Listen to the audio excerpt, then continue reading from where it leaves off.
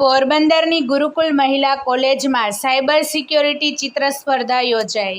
ગુરુકુળ મહિલા arts and commerce college Porbandar ખાતે ગુજરાત સરકારના કવચ કેન્દ્ર અને રંગકલા કૌશલ્ય ધારાના સંયુક્ત ઉપક્રમે સાયબર સિક્યોરિટી જાગૃતિ અંતર્ગત ચિત્ર સ્પર્ધાનું આયોજન કરવામાં આવ્યું હતું.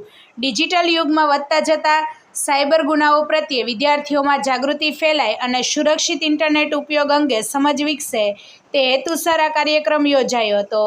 કોલેજના પ્રિન્સિપાલ ડૉક્ટર અનુપમ નાગર સાહેબના માર્ગદર્શન અને પ્રેરણાથી કોલેજમાં સમયાંતરે સાયબર સિક્યોરિટી અવેરનેસ માટે વિવિધ પ્રવૃત્તિઓ યોજાતી રહે છે. આ પ્રસંગે રંગકલા કૌશલ્ય ધારાના અધ્યક્ષા પ્રોફેસર રોહિણીબા જાડેજા, સભ્ય ડૉક્ટર નમ્રતાબેન સામાણી અને સેક્રેટરી કુમારી રિયા ગોહેલે આયોજનને સફળ બનાવવા માટે જહેમત ઉઠાવી હતી.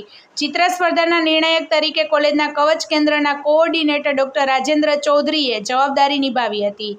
આ સ્પર્ધામાં વિદ્યાર્થીઓએ હેકિંગ, ફિશિંગ, પાસવર્ડ સુરક્ષા, સોશિયલ મીડિયા સેફટી અને સેફ ઇન્ટરનેટ પ્રેક્ટિસિસ જેવા વિષયો પર સર્જનાત્મક અને સંદેશસભર ચિત્રો રજૂ કર્યા હતા.